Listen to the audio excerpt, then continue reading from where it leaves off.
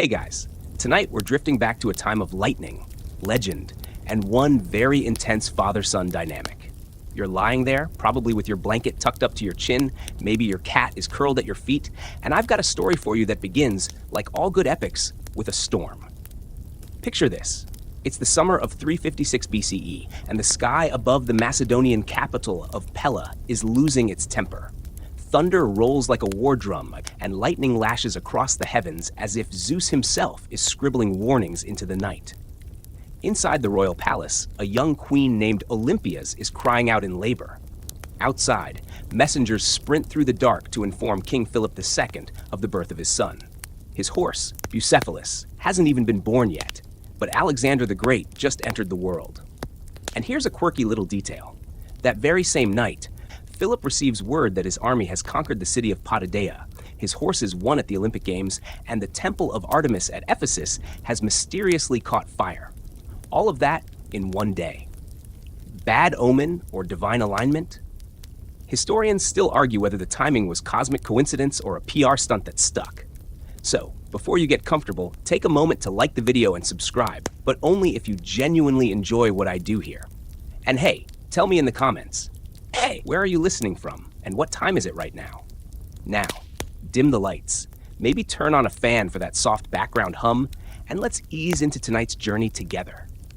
You're trudging through the wet courtyards of Pella, stepping around puddles and servants who are too afraid to look you in the eye. In a stone room lit by oil lamps, a newborn wails, a sound surprisingly strong for something so small. King Philip enters, his armor still damp from a sudden ride back. His expression is unreadable. Part pride, part calculation.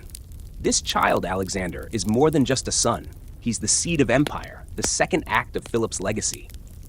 But here's the thing, Philip isn't exactly the cuddly dad type. You don't bounce on his knee, you get thrown onto a horse and told to conquer something. Alexander's first years are relatively quiet, well, as quiet as palace life ever gets. He grows fast, speaks early, and listens when adults think he isn't. Most nights, he hears the clink of armor echoing through the corridors and smells the steel on his father's hands when he returns from battle. You can almost imagine the boy crawling toward the throne room. Not for the crown, but for the stories. Philip isn't around much. He's expanding Macedonia's influence, charming foreign leaders, marrying women left and right, and slowly tightening his grip on the Greek world. But when he is around, his presence fills every room like a lion at a dinner party. You don't ask Philip questions, you just try not to disappoint him. And here comes the first taste of tension. Alexander's mother, Olympias, is nothing like her husband. She's intensely spiritual, deeply ambitious, and constantly reminding young Alexander that he's not just the son of a king, he might be the son of a god. That's not just pillow talk in ancient Macedonia, that's psychological warfare. She tells him that Philip may rule armies, but he, Alexander, is touched by Zeus himself. This strange mix of bloodlines, ambition, and myth creates a boy who sees the world differently. By the time he's old enough to walk the palace halls without tripping over his own tunic, Alexander is already asking dangerous questions. Why must a man die when he can be remembered forever? Why stop at Macedonia when the world is so much larger? Meanwhile, Philip continues building. His reforms turn the Macedonian army into a disciplined, fearsome force. He creates the phalanx, a wall of long spears and synchronized brutality. His generals love him, fear him, follow him. And Alexander, he watches all of it. Imagine being 10 years old and watching your father negotiate peace one moment and send traitors to their deaths the next. Philip is both a model and a warning. Be powerful, but be feared. Lead, but trust no one. Speak wisely, but carry a longer spear. Now here's a strange, oft-forgotten tidbit. Some sources claim that when Alexander was a toddler, he would throw sand and pretend to command imaginary soldiers, shouting orders like, "Advance," and "Hold the line." Who taught him that? No one. He just absorbed it, like stormwater and stone. At night, Alexander listens to stories, not fairy tales, but war epics and tales of Achilles, the Greek hero who died young and glorious. He doesn't want toys. He wants a sword. And yet, the one thing he can't win is his father's full attention. Philip is proud of his son, no doubt. But he's also aware of how clever this boy is, how easily he charms the court, how deeply the nobles already whisper about the young lion. That kind of charm is dangerous. It smells like ambition. One day, Philip watches as Alexander speaks confidently to a group of generals, challenging one of their tactical plans with a sharp correction. The room goes quiet. Alexander is maybe 12. Philip doesn't scold him, but he doesn't smile either. That's the quiet seed of rivalry. Alexander, still just a boy, is already staking intellectual ground. And while Philip sees potential, he also sees risk. Historians still argue whether Philip loved his son deeply but harshly, or whether he began to fear that the boy he raised might one day try to outshine him. But Alexander doesn't care, yet. For now, he walks in his father's shadow with a mixture of awe and quiet calculation. His journey has just begun, and already he's planning how to shape his legend, his way. You wake up early in the cold, stone halls of the Macedonian palace, the kind of morning where your breath fogs in the air and the fire's barely embers. And outside, in the courtyard, you hear the rhythmic beat of wooden swords, thwack, thwack, thwack, against shields. That's not child's play. That's Philip's kingdom warming up for another day of conquest. Philip II doesn't raise sons the way most kings do.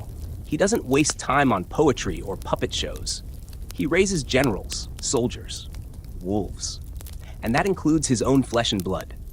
Picture this, a teenage Philip years ago taken as a hostage in Thebes. Not exactly summer camp. But there, instead of sulking, he watches how the elite Greek armies train, how they eat, sleep, and win. He studies their tactics like a sponge soaks up wine. And when he finally returns to Macedonia, he brings back ideas, dangerous ones. Like, what if I make my army better than theirs? Fast forward a few decades, and Philip's not just copying the Greeks. He's surpassing them. He invents the Macedonian phalanx, rows of infantry wielding spears so long they could skewer a wild boar from across the room. Each man becomes part of a living, moving wall. Discipline is everything. Cowards get flogged, heroes eat last. And Alexander? He's standing on the sidelines watching this whole brutal ballet unfold. Some boys his age are worried about acne. Alexander's worried about how cavalry flanks too early, or whether siege towers can be built faster using lighter timbers. And while other kids in the palace trip over their sandals, he's already mastering horsemanship, archery, and what modern kids would call battlefield math.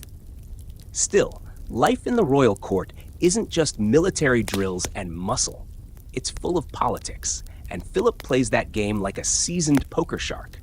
He builds alliances with Greek city-states, makes and breaks treaties like they're scraps of bread, and marries strategically like a man collecting chess pieces. By the time Alexander is 9, Philip has married at least 6 women, each one adding new noble blood to the family tree and new branches of resentment. Every wedding is a message. Every wife is a pawn, or a queen, depending on how well she plays. Here's where it gets weird. Alexander, this curious little prince, doesn't just tag along to banquets. He listens to the way generals joke about the Athenians, to the hushed whispers about which brother might get poisoned next. He learns to read faces like battle maps. And his favorite game? Probably figuring out what his father isn't saying. One story goes that Alexander used to sneak into council meetings, hiding behind curtains or peeking from alcoves. Most of the guards pretended not to see. When caught, he didn't blush or apologize. He asked questions. Meanwhile, Philip's attention is divided. He's fighting Illyrians in the north, Thracians in the east, and Greeks in the south. He's not a stay-at-home dad. He's a military CEO with a schedule so tight, even the sun probably files for approval before rising. And yet, the lessons he does pass on to Alexander are powerful. How to win loyalty with gold instead of blood. How to make enemies kiss your feet while sharpening a dagger behind your back.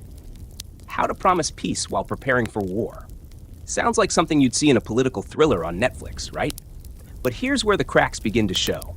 Even as Philip sharpens his kingdom into a weapon, Alexander begins to feel out of place. For one, he doesn't look like the other royal boys. His skin's lighter, his features more Hellenic, closer to his Epirote mother than his Macedonian father. He's sensitive, artistic even. He loves Homer, especially the Iliad, and identifies fiercely with Achilles, the Greek hero who refused to bow, even to kings. So while Philip is building a war machine, Alexander is quietly building mythology. Not just around himself, but within himself. He doesn't just want to be king, he wants to be remembered. Historians still argue whether Philip encouraged this early arrogance or tried to tamp it down. What we do know is that he didn't treat Alexander with soft gloves. He expected results. Once, when Alexander hesitated before confronting a wild boar on a royal hunt, Philip supposedly snarled, "Are you waiting for your mother to hold your hand?"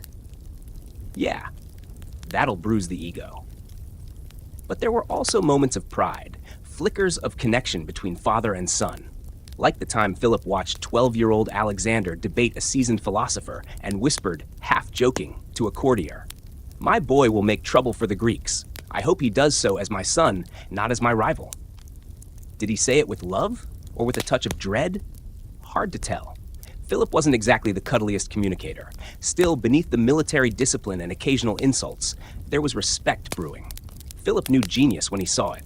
And Alexander, in his own quiet way, wanted to impress the one man who seemed immune to everyone else's flattery. He trained harder, rode faster, thought deeper. He even began to gather his own little circle of friends, young nobles and companions who admired him, listened to him, and slowly, without anyone noticing, followed him. The first signs of a future king. One quirky story says Alexander used to name his dogs after ancient heroes and pretend they were his generals. He'd line them up in mock battles. The maids thought it was cute. The guards? Not so much. They saw a boy plotting his own empire in the sand. But here's the twist. Philip, master strategist that he was, also saw it. And deep down, he knew this boy wasn't content to be just a prince. Alexander was already watching him, not like a son watches a father, but like a student watching a rival. And somewhere in the war rooms of Pella, a quiet tension begins to simmer. A clash not of swords, but of legacies. You're not even tall enough to reach the top of a chariot wheel, and yet everyone in the palace keeps whispering your name. Alexander, they murmur. Not in affection, but in curiosity, in caution. There's something about this boy, they say. Something unsettling. And today, they're about to see why. Let's set the scene. A huge, unruly horse has just been brought to the palace. Its name is Bucephalus, which basically means ox head. And it's about as friendly as a thunderstorm. Black as midnight, eyes wide with rage, nostrils flaring like tiny furnaces. Grooms try to calm it. Soldiers try to mount it. One man gets thrown 10 feet. Another lands headfirst in a rosebush. Classic. Philip watches with amusement and mild contempt. It's like watching someone try to solve a puzzle with their fists. Then, from the edge of the courtyard, a 12-year-old boy steps forward, Alexander. Not with a whip, not with a command, just an observation. He's afraid of his shadow, Alexander says softly, like he's talking to himself. Everyone turns. Philip raises an eyebrow. "You think you can do better, boy?" he challenges. The court chuckles, until Alexander calmly nods. This moment, which actually shows up in almost every ancient biography of Alexander, is a defining one. Not because it's dramatic, but because it's surgical. Alexander takes the horse, turns it into the sun so it can't see its own shadow, and slowly, quietly gains its trust. Then, he rides it, fast, effortless, glorious. When he returns, covered in dust and grinning like a child who just outwitted the gods, Philip says something he almost never says. "My son, seek a kingdom equal to yourself. Macedonia is too small for you." That's not a compliment, that's a prophecy. And here's the thing, Alexander believes it. In fact, it lodges in his chest like a lit coal. The idea that he's destined for more, for something grander than even his father's sprawling ambitions. Historians still debate whether Philip truly meant those words, or whether he was simply overwhelmed by the moment. But for Alexander, it was gospel. That day changes everything. The palace sees him differently, not just as the heir, but as someone dangerous. A boy who doesn't just follow rules, he rewrites them mid-gallop. And Philip? He's proud, sure, but something flickers behind his eyes. Pride. Or the first stirrings of suspicion. The competition begins quietly, like two lions circling in a field of dry grass. Philip keeps building his war machine, conquering, reforming, marrying like there's a royal bride clearance sale. But Alexander starts building something else, a legend. He devours Homeric tales like they're field manuals. He begins to speak about Achilles as if they're friends separated by time. And his closest companions start quoting him the way others quote scripture. One fringe rumor claims that Alexander, around this time, began sleeping with a dagger and a copy of the Iliad under his pillow. A warrior's bedtime storybook. Makes your favorite comic book look a little underwhelming, doesn't it? But all this mythology, this obsession with legacy, starts to grate on Philip. He's a man of real battles, of sweat and steel. And here's his son, quoting dead poets and stroking horses like they're sacred beasts. Still, the tension doesn't explode. Yet. There are glimmers of warmth. Philip invites Alexander to sit in on military briefings. He praises his clever questions. He even lets him drill with the adult soldiers, and they learn pretty fast not to underestimate the wiry kid with the sharp tongue. But there's something in the air. You can feel it. A sense that the two most powerful minds in Macedonia are drifting onto separate paths. Olympias, watching from the shadows, only makes it worse. She keeps feeding Alexander tales of divine bloodlines.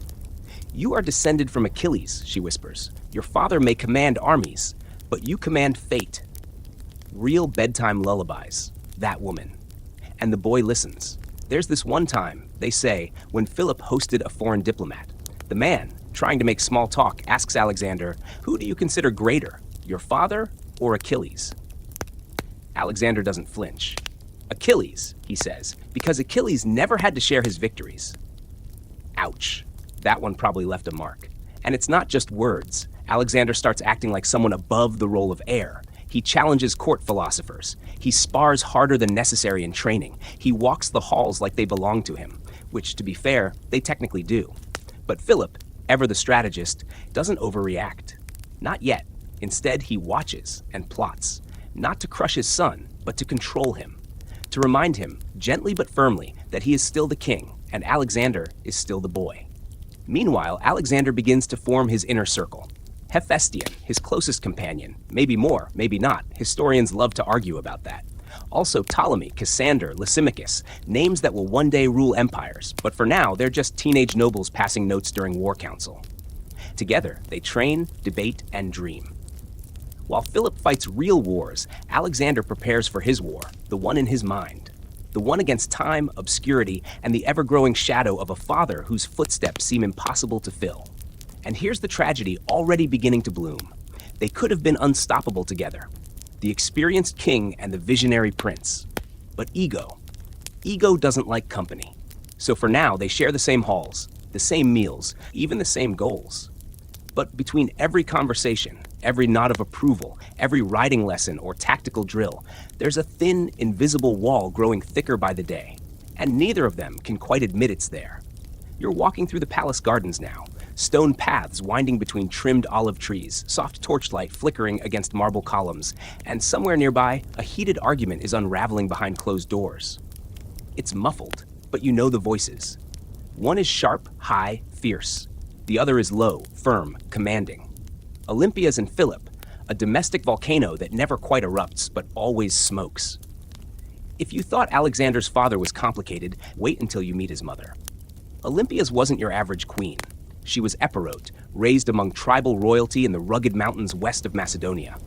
She claimed descent from Achilles and kept snakes as pets. No, really. One fringe tale says she let them curl around her as she slept, which either makes her a priestess of the divine or the world's most terrifying sleepover host. To Alexander, though, she's more than just his mother. She's a mythmaker. She doesn't just raise him, she shapes him like a sculptor. While Philip is off sharpening spears and signing treaties, Olympias is whispering things that would make a child's hair stand on end. "You are not only a king's son," she tells him, her voice low and dramatic. "You are the child of Zeus Ammon, god of thunder and kingship." And the scary part? He starts to believe her. Historians still argue whether Olympias truly thought Alexander was divinely born, or whether she just knew exactly how to manipulate her son's ambition. Either way, the results are the same. Alexander grows up half in the world of men, half in the world of gods. And that doesn't make for a quiet childhood. Meanwhile, Philip isn't blind to any of this. He's not exactly thrilled about the divine daddy narrative floating around his palace like incense.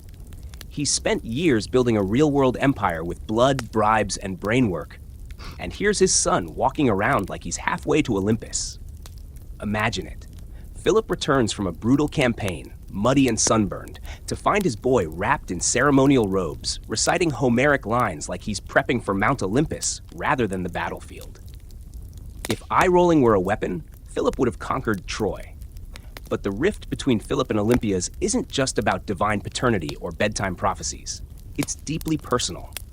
Philip's many marriages have left Olympias feeling politically sidelined, and she never forgives him for it. Especially when he marries Cleopatra Eurydice, a much younger Macedonian noblewoman, and begins publicly talking about producing a new heir, one pure Macedonian. You can guess how well that sits with Olympias. Spoiler, not great. The palace becomes a pressure cooker. Courtiers whisper, servants avoid certain hallways. You can practically hear the tension humming through the marble. And in the middle of it all stands Alexander, pulled between two towering forces. His father, a military mastermind who sees him as both successor and threat. His mother, a schemer cloaked in silk and superstition, feeding him visions of greatness too big for any crown. It's no surprise that Alexander starts behaving unpredictably. He shifts between identities.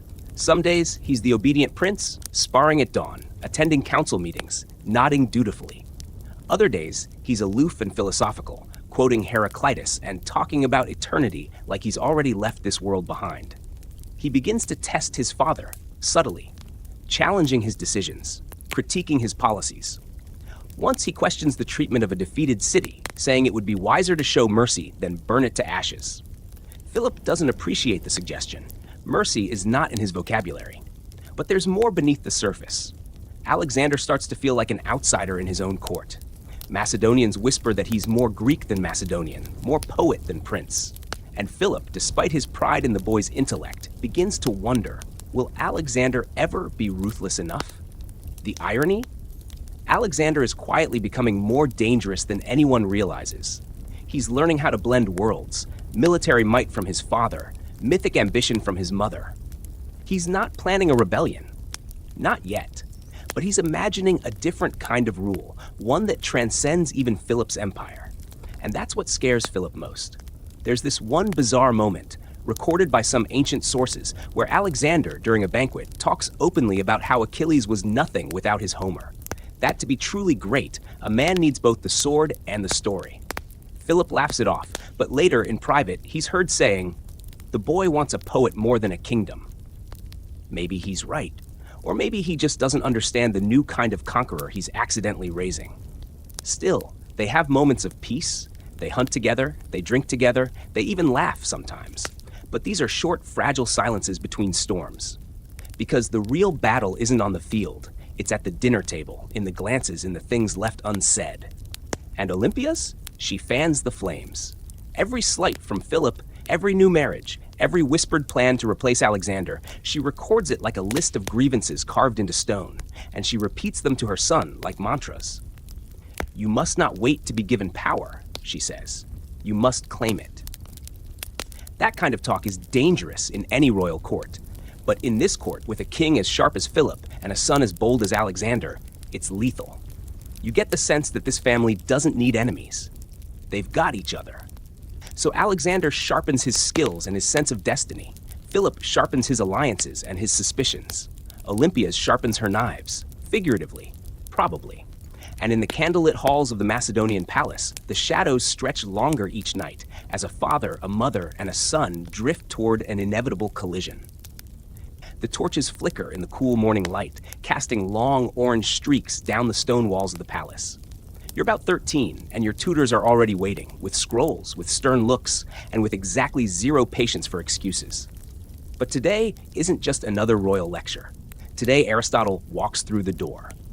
Yes, that Aristotle. The same guy who mentored half the logic textbooks and probably invented more intellectual frameworks than your school curriculum knows what to do with. But back then, he's just a middle-aged philosopher with a keen eye, a dry voice, and a mission to turn a teenage prince into the most dangerous brain on earth. Philip, in a rare moment of dad genius, personally recruits him. Think of it like hiring Einstein to homeschool your kid, except with more robes and fewer beakers. And to sweeten the deal, Philip rebuilds Aristotle's childhood town of Stagira, which had previously been razed. Because, good teachers are hard to find. Alexander isn't thrilled at first. He doesn't love being lectured, especially not in front of his young entourage, Hephaestion, Ptolemy, the usual gang of soon-to-be world leaders. But Aristotle? He's clever. He doesn't lecture at Alexander. He challenges him, Why is the sky blue? What makes a man just? What makes life meaningful? Alexander bites. He's hooked. And over time, the bond between them deepens. It's not just about philosophy anymore. It's about training a mind to match its ambition. Aristotle doesn't stop at ethics or metaphysics. He teaches botany, biology, geography, poetry, and politics. He hands Alexander the tools to think like a ruler, not just a general. And the prince, already craving greatness, absorbs it all like dry parchment soaking in oil. One quirky little detail? Aristotle even teaches Alexander how to classify animals. Imagine the future emperor of the known world sketching beetles in a notebook. It's a funny visual, but it also shows the kind of precision and curiosity Aristotle instills in him. Yet this education comes with risks. As Alexander's mind expands, so does his independence. He starts questioning more. Not just ideas about justice and truth, but ideas about power, about the legitimacy of kings, about the role of fate. These aren't just academic questions. In the context of the Macedonian court, they're political landmines. And Philip? He watches from afar, increasingly wary of what he's created. His son, once content to ride horses and admire heroes, now debates the nature of leadership and hints that even kings must answer to a higher ideal. Historians still argue whether Philip regretted bringing Aristotle into the picture. Some believe he hoped it would humble the boy, make him thoughtful. Others think he feared it backfired, giving Alexander too much mental ammunition too soon. And then there's the spiritual tension. While Olympius feeds Alexander divine origin stories, Aristotle scoffs at superstition. He's a man of reason. Gods to him are metaphors, useful in poetry, not politics. And yet Alexander, ever the contradiction, doesn't reject either worldview. He blends them. His mother's belief in destiny and his tutor's belief in logic fuse into something uniquely dangerous. A thinker who believes he's chosen. This duality, divine calling mixed with calculated reason, is what sets Alexander apart. Most rulers conquer with swords. Alexander, he conquers with mythology and maps. It's around this time that Alexander begins to develop a kind of intellectual arrogance. Not the annoying kind, but the deeply unsettling kind that says, I already know I'm right, and history will prove it. He starts referencing Achilles even more, his ideal hero, brave but doomed, brilliant but emotionally complex. Aristotle approves of the classical admiration, but gently warns that living like a myth tends to end badly. Alexander nods, but doesn't really listen. And you can't blame him entirely. Everywhere he turns, people reinforce his sense of specialness. Olympius tells him he's a godchild. His friends follow him without hesitation. Even Aristotle, despite his skepticism, calls Alexander one of the sharpest minds he's ever taught. One anecdote that survives tells us Alexander once asked Aristotle whether it was worse to commit injustice or suffer it. When Aristotle replied, to commit it, of course, Alexander supposedly smiled and said, then let us hope the gods never place us in a position where we must choose. That's chilling, and smart, and deeply revealing. Alexander isn't content to rule like his father. He wants to transcend his father, not just by winning more battles, but by thinking bigger. And this begins to put him at odds with the increasingly pragmatic, cynical Philip, who's been around the block a few too many times to believe in destiny or idealism. Meanwhile, Philip continues to consolidate power, unite the Greek states, and prepare for a massive campaign against Persia. He's getting closer to the dream, but something's off. His son, the one who should be at his side, is pulling away. Not openly, not yet, but it's there. At royal gatherings, Alexander starts challenging elders with subtle questions. At military briefings, he raises hypotheticals that undermine assumptions. He's not disloyal, just too clever. And that's dangerous. Philip notices and begins to test him. A new command here, a difficult assignment there. Tasks that challenge not just Alexander's strength, but his obedience. And here's the kicker. Alexander excels at all of them. But he never grovels, never fawns. He performs like a champion, but carries himself like an equal. This infuriates Philip. He once roared at a general, "My son believes he is wiser than all my advisors combined." The general, wisely, said nothing, because he probably agreed. This tension, the prince taught to think beyond the crown, and the king trying to hold on to it, is now baked into their every interaction. And Aristotle? He keeps teaching, keeps guiding, but even he senses the growing divide. He's built a razor-sharp intellect and placed it between two storm fronts. So Alexander continues to train, read, reflect, and dream. And Philip continues to build the most powerful army in the Greek world. Both men are staring at the same map, but seeing entirely different futures. You're 16 now, no longer just a boy with big questions and bigger ambitions. You're standing on a hillside in northern Macedonia, wine tugging at your cloak, and below you, a full-blown rebellion. Torches, shouts, a city trying to test the limits of royal patience. And guess what? Philip isn't here, so guess who has to deal with it? Welcome to your first real command, Alexander. See, most princes your age are still trying not to fall off their horses. You're leading an army. Not just a ceremonial hold the flag while the adults fight situation. No, this is actual blood and steel, sharpen your spear kind of leadership. It's not a drill.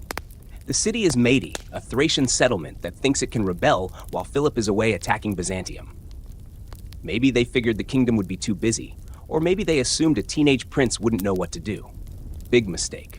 Alexander marches out with his troops, lays siege, crushes the uprising, and just to send a message, founds a new city right there on the ruins. He names it Alexandropolis, because of course he does. The message is clear. This kingdom has two Philips now, one with a crown and one with a point to prove. Philip hears the news and is proud. Probably. Maybe. But there's also that gnawing thing again. The knowledge that his son is no longer in training. He's operational, functional, useful, yes, but also competitive.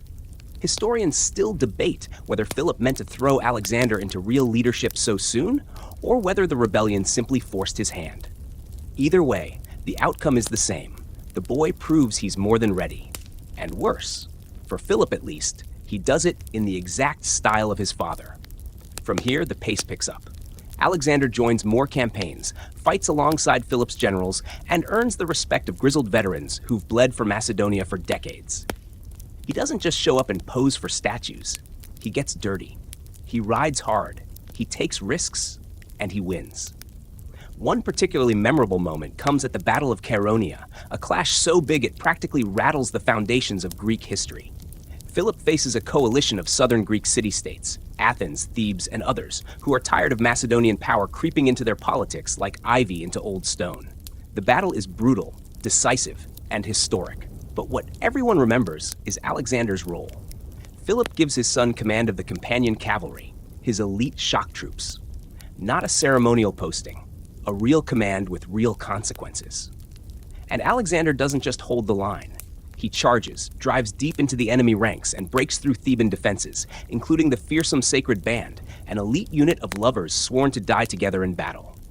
It's said that Alexander himself was among the first to breach their line. The Macedonians win. Big. Greece is basically Philip's now. But who gets the most attention? That's right, not the 50-something general with decades of victories. The headlines, if ancient Greece had headlines, go to the teenage prince with the wild eyes and unstoppable horse. The golden boy who didn't just survive the battle, he defined it. One fringe source even claims that some Athenian soldiers who escaped didn't talk about the Macedonian army chasing them, but the son of Zeus on a black horse. A little dramatic? Sure. But the mythology is catching fire. You can imagine Philip watching the celebrations afterward. Nobles crowd around Alexander. Generals toast his name. And for a moment, just a flicker, the great king is invisible at his own victory party. Ouch. Philip is no fool. He knows what he's seeing. His son has gone from promising to iconic in the space of a single campaign. That's not just legacy, that's a threat. And so the vibe shifts. Philip begins to assert his dominance more clearly. He hosts banquets, makes big proclamations, and strengthens ties with other noble houses. But behind the curtain, he starts maneuvering to re-secure the line of succession. That means new alliances, and more importantly, new wives. This is where things get personal.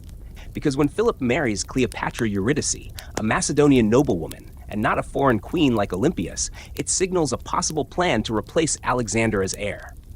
You don't have to be a genius to see where this is headed.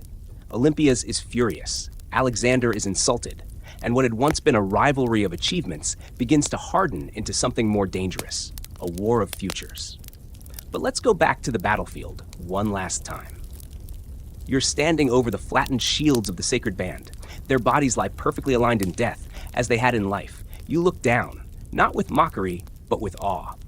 They died together, you whisper, as lovers and warriors. That's the difference between you and your father. Philip would admire the strategy. You admire the story. Because deep down, even as you hold a sword, even as you win battles, you're not just thinking about power. You're thinking about legacy. And in that moment, you realize, you may have learned from your father's shadow, but you'll be remembered in your own light. The wine flows freely tonight. The torches dance on polished shields. Musicians pluck their strings, and the air is thick with roasted meats, ambition, and too many unspoken things. It's a royal wedding, the kind that's supposed to unite factions and settle nerves. But instead, it tears a family in two. Philip is marrying Cleopatra Eurydice, a Macedonian noblewoman, and it's not just about love. Let's not kid ourselves. It's about politics, national pride, securing a lineage that isn't tangled in foreign blood and old grudges. Alexander and Olympias are both in attendance, but their eyes speak volumes. Olympias sits stiffly, dressed like a queen, but coiled like a viper. Alexander, now in his late teens, doesn't even bother pretending to enjoy himself. He watches everything, the laughter, the alliances forming in corners, the subtle power grabs happening behind every toast. And then, it happens. A senior noble, Attalus, Cleopatra's uncle and one of Philip's closest allies, raises a cup and toasts loudly, "May this marriage give Macedonia a legitimate heir." Silence. Then a few uneasy laughs. But Alexander doesn't laugh. His blood goes cold. He stands. "What am I then?" he snaps. "A bastard?" The music stops. The torches suddenly feel too bright. Everyone freezes. Philip rises. His face flushes, not just with wine, but with fury. He charges at Alexander, shouting, but he's too drunk. He stumbles, trips, and crashes to the floor. And Alexander, eyes burning, says the line that echoes through history like a thunderclap. "Behold the man who would cross from Europe into Asia, and he can't even cross from one couch to another." He storms out. So does Olympias. This is no longer a family drama. This is civil war with cutlery. Historians still argue whether this was a breaking point or just a flare-up in a very Greek kind of royal soap opera. But either way, it's the moment where Philip's world splits and Alexander begins to walk his own path, no longer just in ambition, but in defiance. What happens next is a full-on royal meltdown. Olympias returns to her homeland of Epirus, dragging Alexander's honor with her like a torn flag. Alexander follows shortly after, probably brooding on horseback, probably quoting Homer under his breath. Philip tries to patch things up. He sends envoys, apologies, even offers. And here's the weird bit. One fringe source says Philip even tried to marry Alexander into Cleopatra Eurydice's family to smooth things over. Can you imagine? The man basically says, "Sorry for almost replacing you. How about you marry your stepmom's cousin?" Predictably, that does not go over well. Still, politics being what they are, things eventually cool. Alexander returns to court, but the vibe has changed. He's no longer a prince under training. He's a rival under surveillance. Philip, meanwhile, continues planning his great campaign, the one he's dreamed about for decades, the conquest of Persia. He's already formed the League of Corinth, a kind of Greek NATO with himself as the supreme commander. He's building fleets, raising funds, minting coinage. The invasion is real, imminent, and huge. But here's the twist. Everyone assumes he will lead the invasion. Of course. It's his baby. But in the corridors of the palace, some begin to whisper, should it be Alexander instead? After all, the boy's young, glorious, beloved, unscathed by political baggage. Half the army already worships him, and maybe, just maybe, he carries something divine. Philip hears the whispers. How could he not? You can imagine the tension at court now, like a drawn bowstring. Everyone smiling too widely, every dinner filled with accidental jabs and friendly jests that cut a little too deep. And through it all, Alexander grows more focused, more quiet, more dangerous. He still attends the councils, still trains with the troops, but inside, he's building his own campaign, one that doesn't just conquer Persia, but replaces his father's legacy with his own. One story says Alexander begins sleeping with his armor beside him again. Not for fear, but readiness. He's no longer dreaming of greatness, he's planning it. And Olympias? She's back at court too, smiling faintly. But behind that smile is a mother who now sees only one future. Her son on the throne. One final detail, easily missed in this chaotic swirl of palace drama. Philip begins surrounding himself with new guards, new advisors, all Macedonian-born. The message is clear. Loyalty must be pure, and the implication is chilling. Anyone not born of the right blood might be replaceable, including his own son. So here we are, a father on the cusp of global conquest, a son rising like a second sun, and between them, a court full of sharp ears, sharp tongues, and very, very sharp knives. The stage is set. Someone's going to fall. The sun is blazing over the grand theater in Agai, and the smell of fresh-cut garlands and roasted meat hangs thick in the air. The city pulses with excitement. Nobles from across the Greek world have gathered. Foreign envoys mill about, tightening their cloaks against the mountain breeze. And the king, Philip II of Macedon, stands at the pinnacle of his glory. You can feel it, can't you? The empire is almost ready. Philip's Persian campaign is locked and loaded. His power stretches from the Adriatic to the Aegean. He's finally united the Greek states under his rule. He's even got statues being carved in his honor. He's made it. But of course, the gods hate when mortals get too comfortable. Today is supposed to be a celebration. A wedding, actually. Philip's daughter Cleopatra, not that Cleopatra, is being married to Alexander of Epirus, Olympias' brother.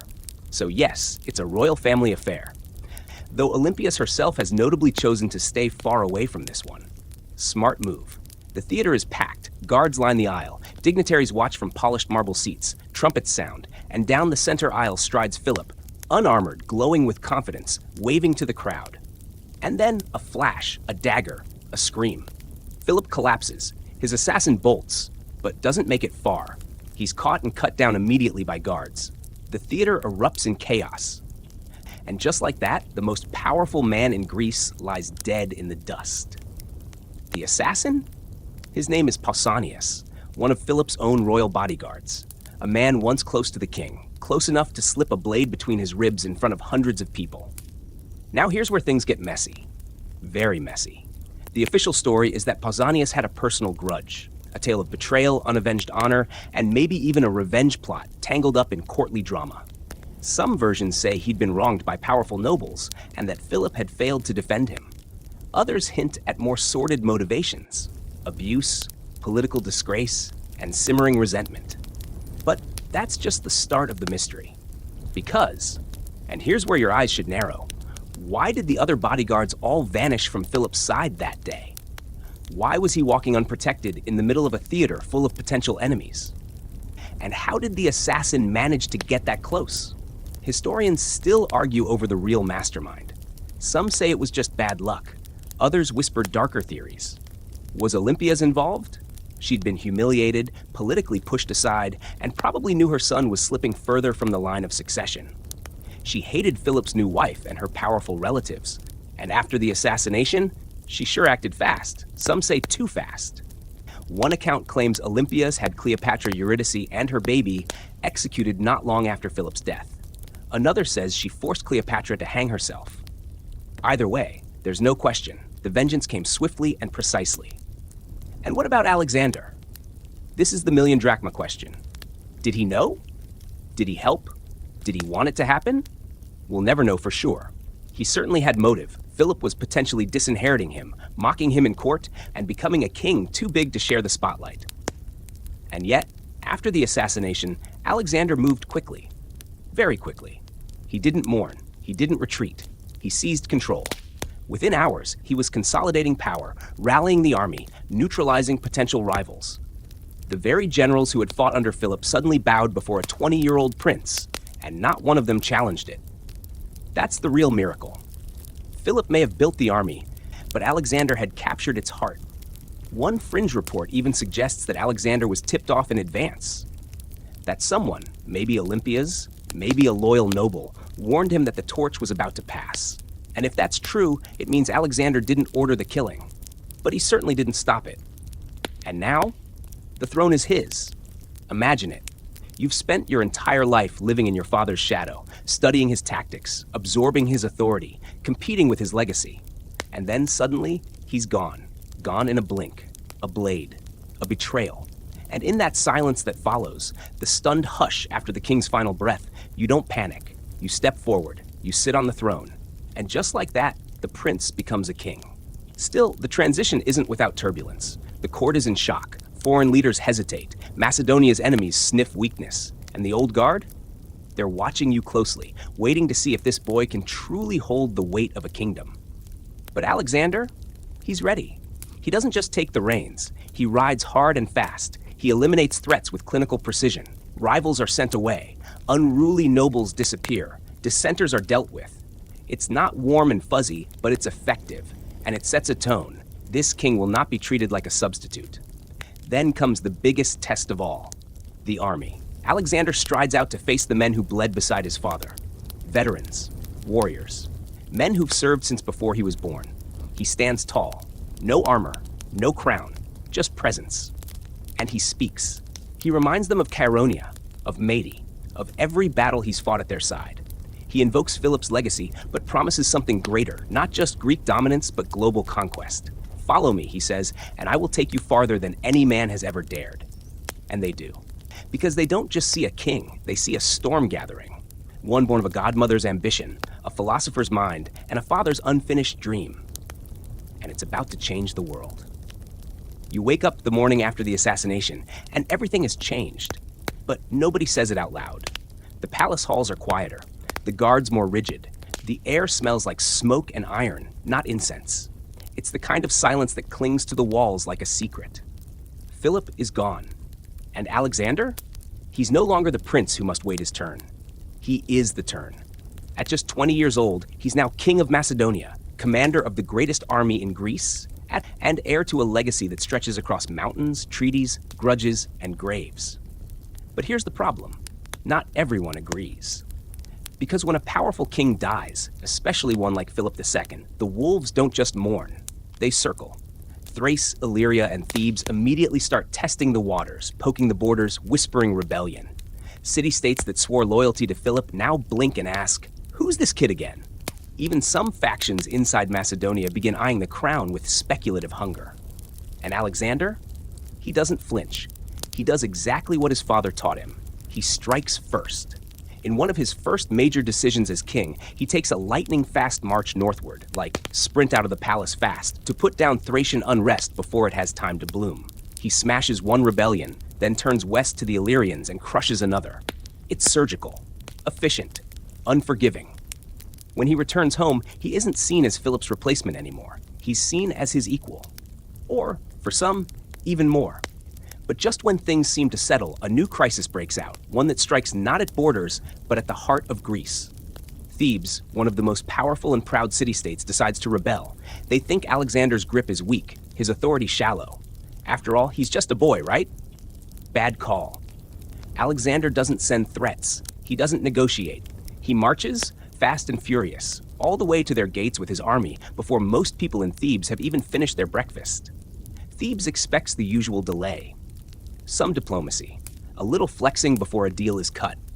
Instead, Alexander levels the city. It's hard to overstate what this means.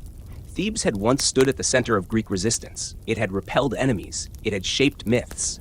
But now, it's rubble. He slaughters or enslaves thousands, sparing only temples and poets.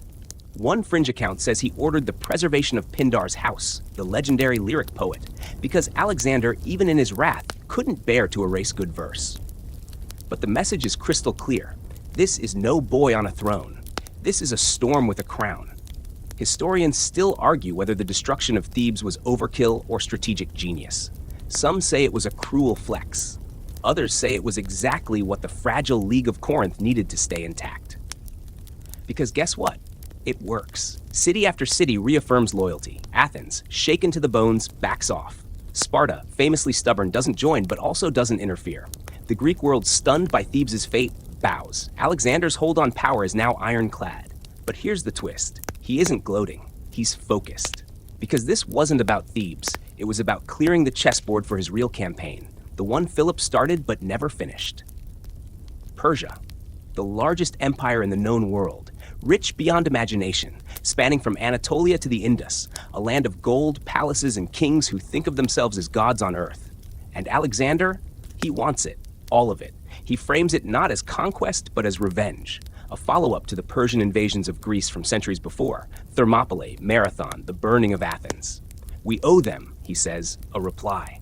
But let's not kid ourselves. This isn't about justice. It's about legacy.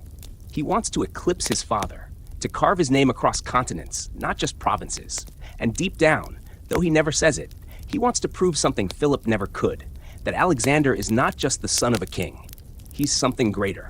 He's what you get when you blend Macedonian steel, Olympian fire, and Athenian thought.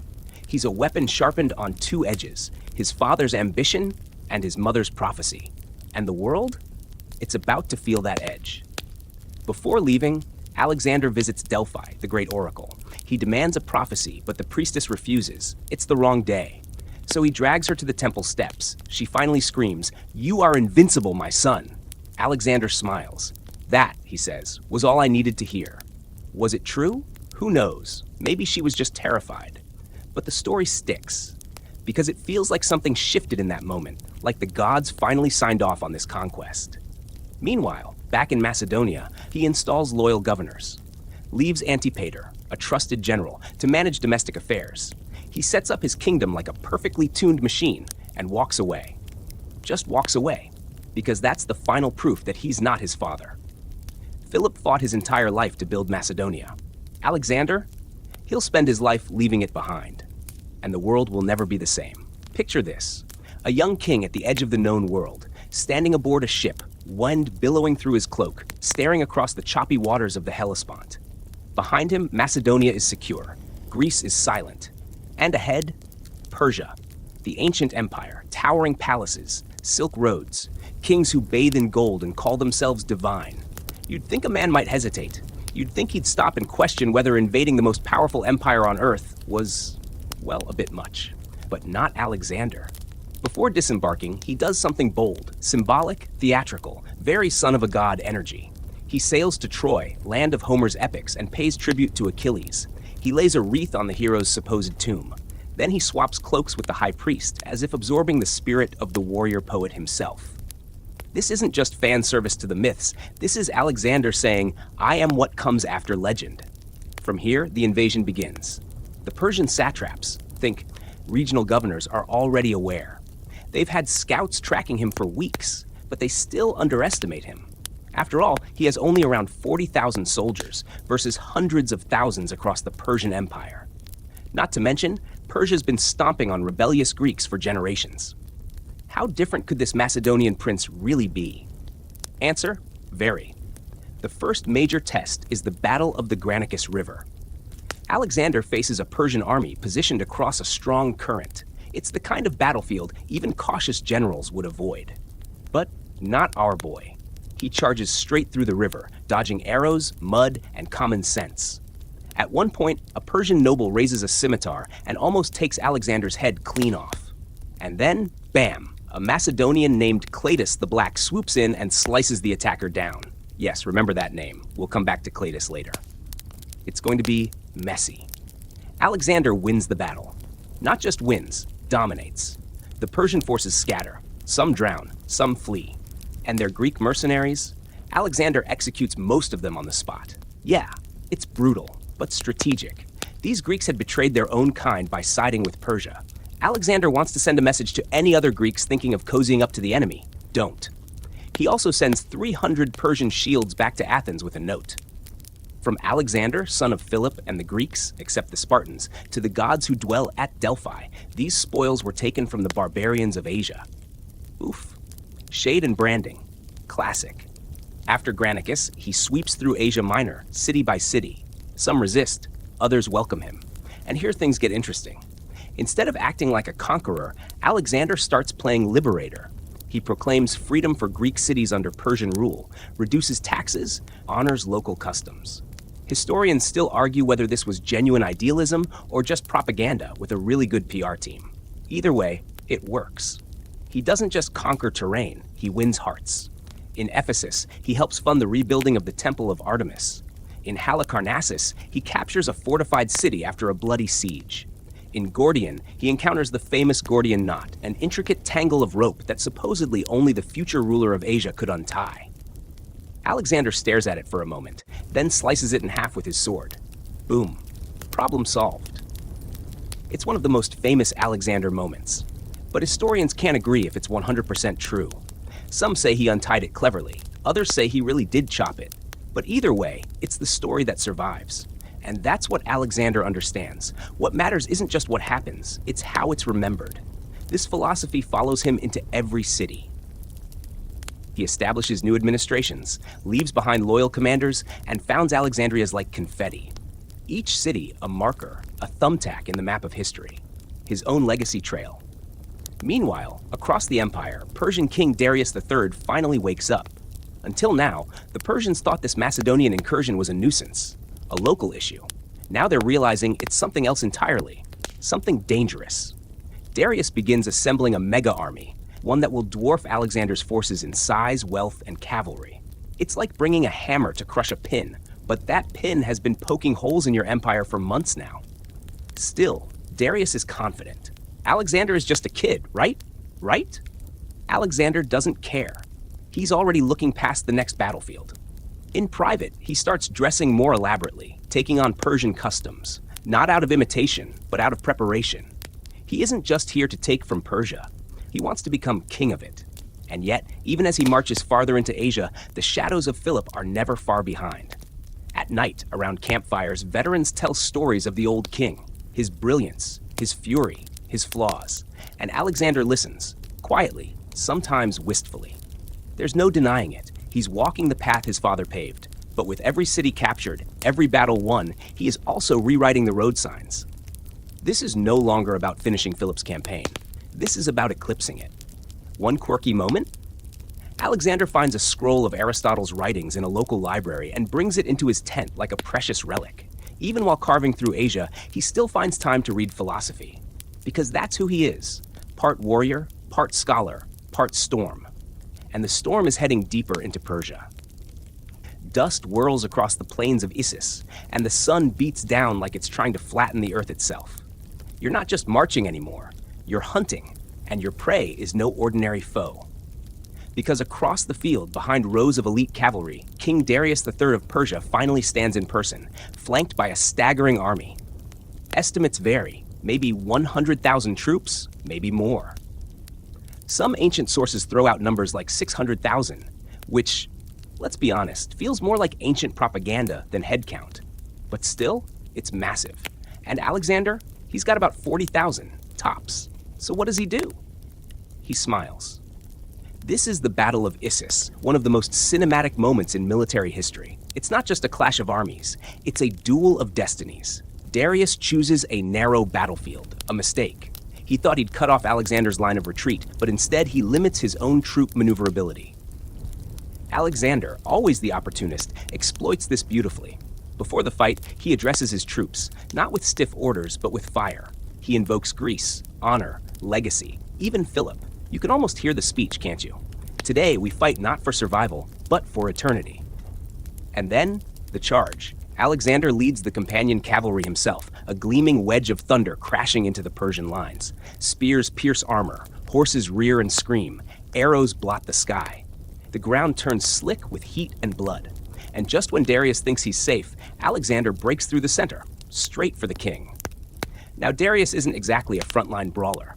The moment Alexander gets close, the Persian king panics, drops his weapons, and flees in his chariot, leaving behind his army, and worse, his family.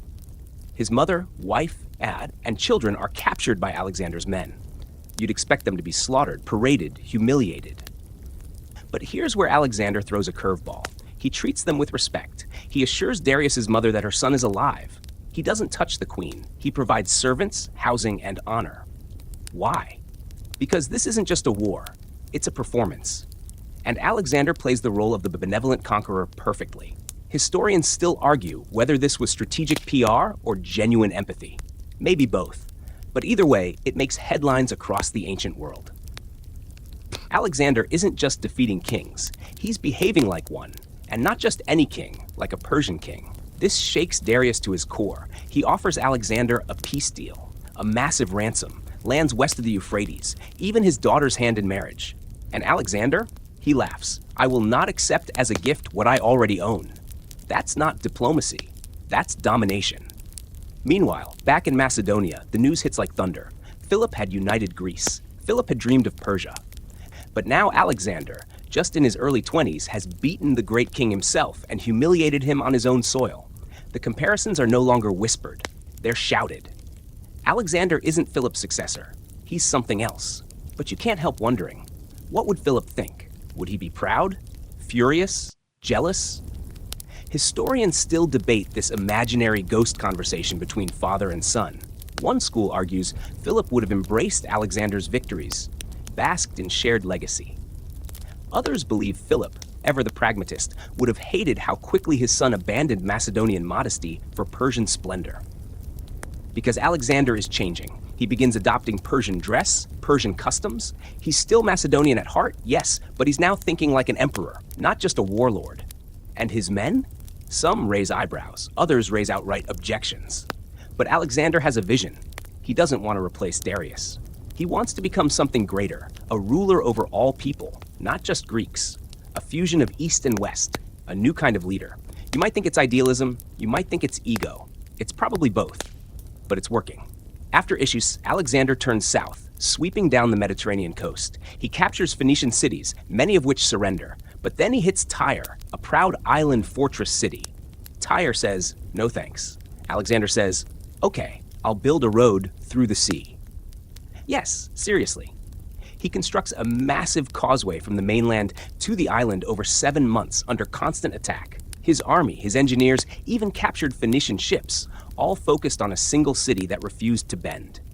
Eventually, he breaks in. The fall of Tyre is catastrophic. Thousands killed, enslaved, buildings toppled. It's one of the bloodiest sieges of the campaign. Again, you see both sides of Alexander, the patient visionary and the merciless destroyer. From Tyre, he marches to Egypt, where, shockingly, he's welcomed as a liberator. The Persians had ruled Egypt for over a century, and nobody liked them much. Alexander enters like a demigod. He visits Memphis, restores temples, honors Egyptian gods. And then, he travels to the Siwa oasis deep in the desert to consult the oracle of Amen. What happens there? No one knows exactly. One version says the priest called him son of Zeus. Another says Alexander asked whether he'd rule the world, and the oracle smiled. Alexander never repeats the exact words, but when he walks out, he walks differently. He no longer doubts his destiny. He is his destiny. And Philip, the man who once ruled a kingdom? Alexander's shadow has now crossed oceans, toppled gods, and begun to rewrite history, and he's just getting started. You've just crowned yourself pharaoh in Egypt, been called a god's son at the Siwa oasis, and left behind a trail of cities named after you, some still drying their cement. But now it's time to finish what you started, because Darius III is still alive. He ran from Issus, sure, but that was just round one. Persia isn't some palace in the sand. It's a continent of power, with more gold, men, and elephants than any other empire in the known world. And Darius is regrouping, rebuilding, and very much preparing to redeem himself. Alexander, of course, doesn't blink.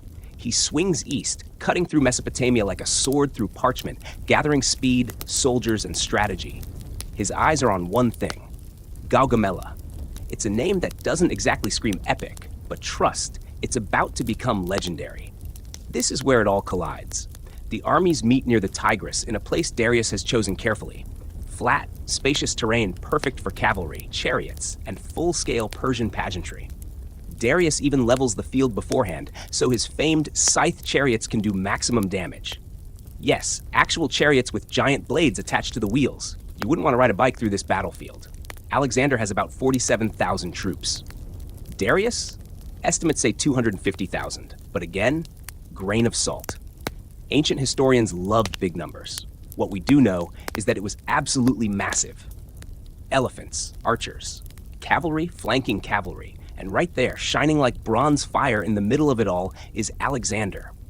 He spends the night before the battle, sleeping, peacefully, no pacing, no last-minute war councils. His generals worry. One even wakes him up. Alexander, eyes still bleary, smiles and says, "Do you not think I'm already in possession of victory?" The next morning, he proves it. He begins by taking the right flank, personally leading his companion cavalry in a sharp maneuver that forces Darius's forces to follow. Then, at the perfect moment, he pivots. A sudden diagonal charge straight through the Persian center, aiming right for the king. It's so fast, so aggressive, that Darius once again panics and runs. Again, chariot wheels spin, royal banners tumble. The King of Kings vanishes in a cloud of dust, his massive army collapsing like dominoes. The Battle of Gaugamela isn't just a victory. It's the end of the Persian Empire. Now, anyone else might stop here. Throw a feast, retire, write memoirs. But Alexander? No, he doesn't just want Darius defeated. He wants him found. Because as long as Darius breathes, the story isn't over. So the chase begins. Alexander cuts through Babylon and Susa, two of Persia's greatest cities. And instead of sacking them like some brute, he enters with grace. He respects their cultures, honors their gods. He even gives Darius's family better quarters. But don't mistake kindness for weakness.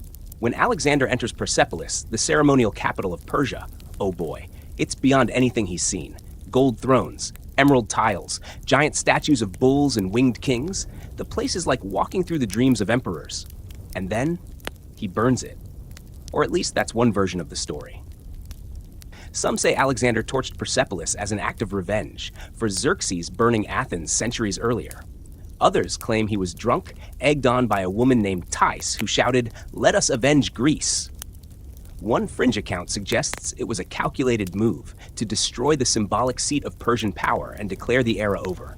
Either way, the fire raged for days. And just like that, one of the most beautiful cities on earth became a funeral pyre for the Achaemenid dynasty. And still, Darius lives. Or did. Because shortly after the sack of Persepolis, Alexander receives news. Darius has been betrayed by his own satraps. Fleeing deeper into Bactria, he's captured and murdered by a noble named Bessus, who declares himself the new King of Kings. Alexander finds Darius's body abandoned in a cart, pierced with Persian arrows. Not exactly the cinematic finale he imagined. And in a strange twist of fate, Alexander weeps. He orders a royal funeral. Wraps Darius in purple. Sends him home like a fallen brother, not an enemy. Historians still argue whether this was genuine respect, political theater, or some strange cocktail of both. But one thing is clear, Alexander has no equal now. He's conquered the largest empire in history. He controls Egypt, Persia, Mesopotamia, and the crossroads of 3 continents. And still, he keeps going. Why? Because conquering the world wasn't about the empire. It was about surpassing Philip. And here's the twist that stings. Philip never would have gone this far. He was ambitious, yes, but also grounded, tactical, focused on borders and political stability. Alexander? He's something else now. Not just a king, not just a conqueror, but a force of myth. He wears Persian robes. He calls himself King of Asia. He even starts asking people to kneel before him, a Persian custom that freaks out his Macedonian companions. One soldier even says aloud, "I bow to no man, except maybe your horse." Okay, not really, but close. And this is where the friction starts. Because the deeper Alexander pushes into Asia, the farther he drifts from Philip's Macedonia and from the men who helped put him on the throne. His victories are grander than Philip's, his army bigger, his fame brighter. But his foundation, it's starting to crack. So here we are, deep in Central Asia. Gone are the marble columns and orderly cities. This is the land of dust storms, tribal warlords, and mountain passes that could swallow an army whole. You'd think, by now, Alexander would be satisfied. He's toppled the mightiest empire the world had ever seen. His name is sung from Memphis to Babylon. And yet, he keeps going. Why? Well, part of it is strategic. Bessus, the noble who murdered Darius, has declared himself the new Persian king. Alexander can't allow that. Not just because of justice, but because he is now King of Kings. You can't have 2 emperors running around confusing the brand. So he marches into Bactria, modern-day Afghanistan, a place even Persians couldn't fully control. It's rough terrain, bandit country, where every village has a chief, and every chief has a grudge. And Alexander? He takes it personally. He's no longer campaigning. He's hunting. He tracks Bessus like a lion, till it one ambush at a time. Bridges are burned, allies bribed, enemies flanked at night. Eventually, Bessus is betrayed by his own men and handed over to Alexander like a broken chess piece. And what does Alexander do? He executes him in Persian style, a public display of imperial justice. But again, it's more than punishment. It's about claiming ownership over Persia's future. He doesn't just defeat rivals, he absorbs their thrones. Now you might think, surely this is it, right? But no, Alexander isn't wired like that. He sets his eyes farther east, toward India, a place that to Greeks might as well be a fantasy world of elephants, spices, and river gods. But first, he has to pacify his own camp. Because not everyone is thrilled about this never-ending march. Enter Cletus the Black. Remember him? The general who saved Alexander's life back at Granicus? He's a veteran, loyal, brutally honest. And now, deeply uncomfortable with how Alexander is changing. Because let's face it, the young king who once rode with his troops in plain armor is now wearing Persian silk, calling himself a god, and demanding people bow to him like he's literally divine. It all comes to a head during a drunken banquet. The wine flows, the music plays. Alexander begins boasting about his conquests, claiming he's surpassed his father, that without him, Philip would have been nothing. And Cletus, old school, salty, loyal to the bone Cletus, snaps. He stands, voice loud over the music, and says, "You owe everything to Philip. You sit here only because of your father's blood, not your own." Boom. Silence. Alexander, red-faced, storms across the room. They argue, rage boiling over years of unspoken tension. Then, in a moment of blind fury, Alexander grabs a spear and kills Cletus on the spot. Just like that, the man who once shielded him from death dies by Alexander's hand. Afterwards, silence. Even Alexander is stunned, sober, shaking. He locks himself in his quarters, refusing food, weeping. For 3 days, he doesn't speak. He can conquer empires, but not his own guilt. Historians still argue, was this the moment Alexander lost control? Or was it just a tragic accident, the cost of divine delusion? Either way, something shifts after Cletus's death. Alexander grows colder, sharper, more distant from his Macedonian roots. He starts adopting more and more Persian customs. He builds new cities with Eastern-style administrations. He encourages his men to marry Persian women, even arranges mass weddings to fuse Greek and Persian bloodlines. He himself marries Roxana, a noblewoman from Bactria. Some say it's love at first sight. Others say it's a strategic alliance. Either way, the message is clear. Alexander isn't just king of Macedon, he's the bridge between worlds. But not everyone likes being part of a bridge. Tensions swell within his army. Grumbles become complaints.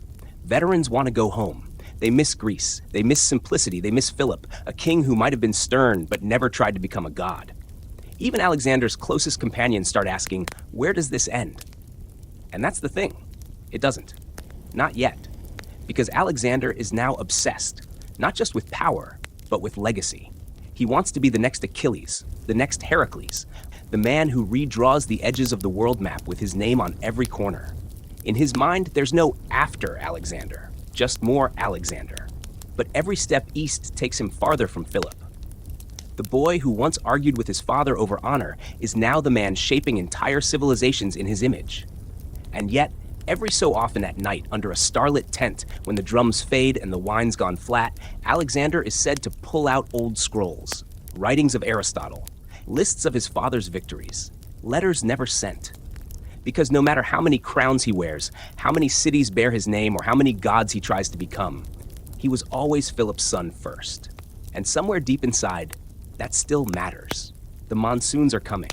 You're standing on the muddy banks of the Hydaspes River, rain soaking your armor, thunder rattling your ribs, and the fog curling around your ankles like some silent omen. Ahead of you stands a king. But not just any king. Porus, a towering warrior of northern India who rides a war elephant, covered in gold and steel, towering over your cavalry like a siege tower with tusks. Alexander's army stares across the swollen river at an unfamiliar kind of war. This isn't the clean phalanx versus phalanx choreography of Greece. This is raw, wet, unpredictable jungle combat. And those elephants? Yeah, they're not just for show. They trample, stab, and panic even the toughest veterans. But does Alexander hesitate? Of course not. He pulls one of his classic moves, deception plus audacity.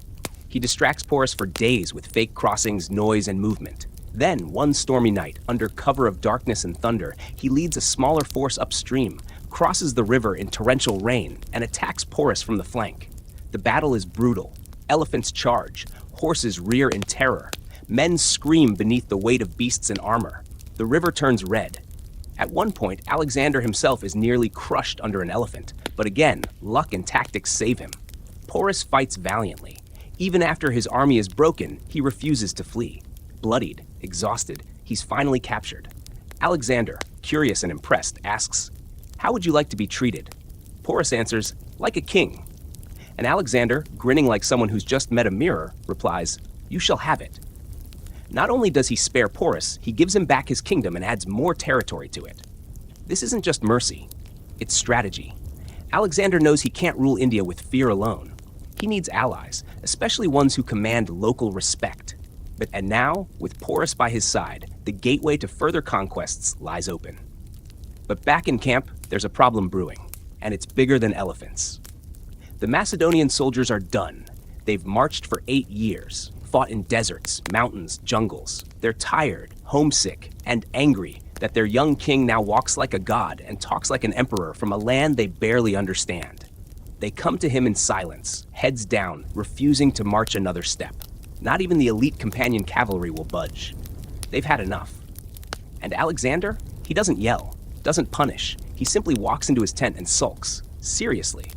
He locks himself away, refuses food, refuses to speak, even stops grooming himself, like a mythic teenager throwing a cosmic tantrum. Eventually, the generals come to him. They beg him to stop. The men are loyal. They adore him. But they're also human. They want to see their children, their wives, their homes. After days of silence, Alexander relents. He agrees to turn back. But because he's Alexander, he doesn't take the easy route. Instead of retracing the path through Persia, he decides to march south through the Gedrosian Desert, one of the harshest places on Earth. Why? Scholars still debate this. Some say it was to punish his men.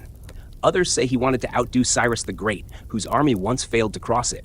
Either way, it's a disaster. They lose thousands. Heatstroke, starvation, sandstorms. Men fall where they walk. Horses die mid-stride. Supplies vanish. Even Alexander nearly perishes. One story tells of soldiers gathering a helmet's worth of water for him, and he pours it out on the ground to show he'll suffer alongside them. And that's the strange magic of Alexander. He can be ruthless, arrogant, even delusional, but when he shares in the suffering, his men still love him for it. Eventually, they limp into Persia again, barely alive. And that's when the next transformation begins. The Conqueror becomes an emperor. Alexander now focuses on consolidating his rule. He adopts Persian court rituals, robes, titles, divine honors. He begins integrating Persian nobles into the administration. At Susa, he hosts the famous mass wedding, where thousands of his soldiers marry Persian women, symbolizing the fusion of East and West. Alexander himself marries Statira, one of Darius's daughters. Another strategic bond. But it's not just politics, it's identity. He no longer wants to be a Macedonian king. He wants to be a world king. And that's exactly what begins to fracture the bond with his army. Resentment festers. Veterans feel alienated. The more Alexander becomes Persian in style, the more they miss Philip, the rough, pragmatic warrior who'd never have demanded ceremonial prostration or walked in golden slippers. One incident nearly tears the army apart. Alexander begins training Persian youths in Macedonian military tactics and places them alongside his companion cavalry. The Macedonians feel betrayed, replaced. One historian describes the veterans weeping, not from exhaustion, but from humiliation. So once again, Alexander backs down. He gives an emotional speech, reminding them of their shared hardships. He shames them, flat out, for doubting him. Some say the speech brought even the gruffest soldiers to tears. Reconciliation happens, for now, but it's becoming harder and harder to ignore. The Alexander who once sought his father's approval is now seeking something far more elusive: immortality. He begins dreaming of new campaigns, Arabia, even Carthage. He pours his energy into administration, planning cities and expanding trade routes. But something's changed. The fire is flickering. The gods, it seems, don't let anyone burn this brightly for long. The year is 323 BCE. You're in Babylon, where the air feels different, thicker somehow, as if even the heavens are holding their breath. Alexander, still only 32 years old, sits in the grand palace of Nebuchadnezzar, now his, surrounded by marble lions and bronze columns. He's planning, always planning. New campaigns, new cities, new roads, new worlds. His eye is on Arabia now. The ships are being built, the maps drawn, the astronomers consulted. His dream?